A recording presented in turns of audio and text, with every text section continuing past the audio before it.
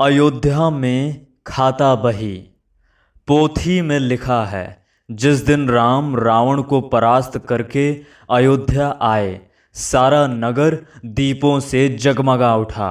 ये दीपावली पर्व अनंत काल तक मनाया जाएगा। पर इसी पर्व पर व्यापारी खाता बही बदलते हैं और खाता बही लाल कपड़े में बांधी जाती है। प्रश्न है, राम के अयोध्या आगमन से खाता बही बदलने का क्या संबंध, और खाता बही लाल कपड़े में ही क्यों बांधी जाती है? बात ये हुई कि जब राम के आने का समाचार आया तो व्यापारी वर्ग में खलबली मच गई। वे कहने लगे, सेठ जी, अब बड़ी आफत है। भरत के राज में तो पोल चल गई, पर राम मर्यादा पुरुषोत्तम हैं। वे टैक्स की चोरी बर्दाश्त नहीं करेंगे। वे अपने खाता बही जांच करेंगे और अपने को सजा होगी। एक व्यापारी ने कहा, भैया, तब तो अपना नंबर 2 का मामला भी पकड़ लिया जाएगा। अयोध्या के नर नारी तो राम के स्वागत की तैयारी कर रहे थे, पर व्यापारी वर्ग घबरा रहा था। अयोध्या पहुंचने के पहले ही राम को मालूम हो गया था कि उधर बड़ी पोल है। उन्होंने हनुमान को बुलाकर कहा, सुनो पवन सुत, युद्ध तो हम जीत गए लंका में, पर अयोध्या में हमें रावण से भी बड़े शत्रु का सामना करना पड़ेगा। वो है व्यापारी वर्ग का भ्रष्टाचार। बड़े बड़े वीर व्यापारी के सामने परास्त हो जाते हैं। तुम अतुलित बल बुद्धि निधान हो। तुम्हें मैं इन्फोर्समेंट ब्रांच का डायरेक्टर नियुक्त करता हूँ।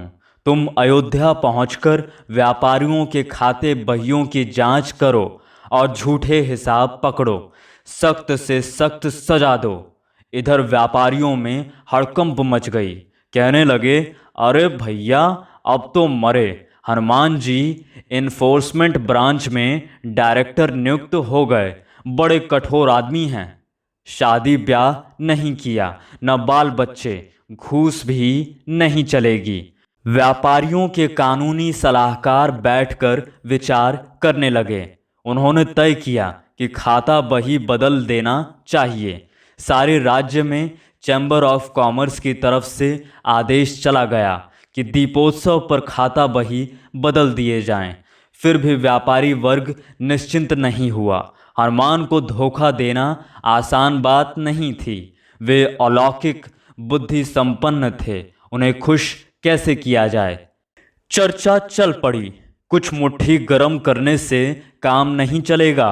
वे एक पैसा नहीं लेते। वे न लें, पर मेम साहब, उनकी मेम साहब ही नहीं है। साहब ने मैरिज नहीं की, जवानी लड़ाई में काट दी। कुछ और शौक तो होंगे, दारू और बाकी सब कुछ। वे बाल ब्रह्मचारी हैं, कॉल गर्ल को मारकर भगा देंगे। कोई नशा नहीं करते, संयमी आदमी हैं। तो क्या करें? तुम ही बताओ, क्या करें? किसी सयाने वकील ने सलाह दी, जो जितना बड़ा होता है उतनी ही चापलूसी पसंद करता है। हनुमान की कोई माया नहीं है। वे सिंदूर शरीर पर लपेटते हैं तथा लाल लंगोट शरीर पर पहनते हैं। उन्हें खुश करना आसान है। व्यापारी खाता बही लाल कपड़े में बांध कर रखें। रातों रात खाता बही बदल गए तथा उन्हें लाल कपड़ों में लपेट दिया गया। दूसरे दिन हनुमान कुछ दरोगाओं को लेकर अयोध्या के बाजार में निकल पड़े। पहले व्यापारी के पास गए, बोले, खाता बही निकालो, जांच होगी। व्यापारी ने लाल बस्ता निकालकर आगे रख दिया। हनुमान ने देखा, लंगोट और खाते का कपड़ा एक है। खुश हुए, बोले, मेरे लंगोट के कपड़े में खाता बही बांधते हो? व्यापारी ने कहा, हाँ, बल बुद्धि निधान, हम आपके भक्त हैं, आपके निशान मानते हैं, आपकी पूजा करते हैं। हनुमान गदगद हो गए। व्यापारी ने कहा, बस्ता खोलूं, जांच कर लीजिए।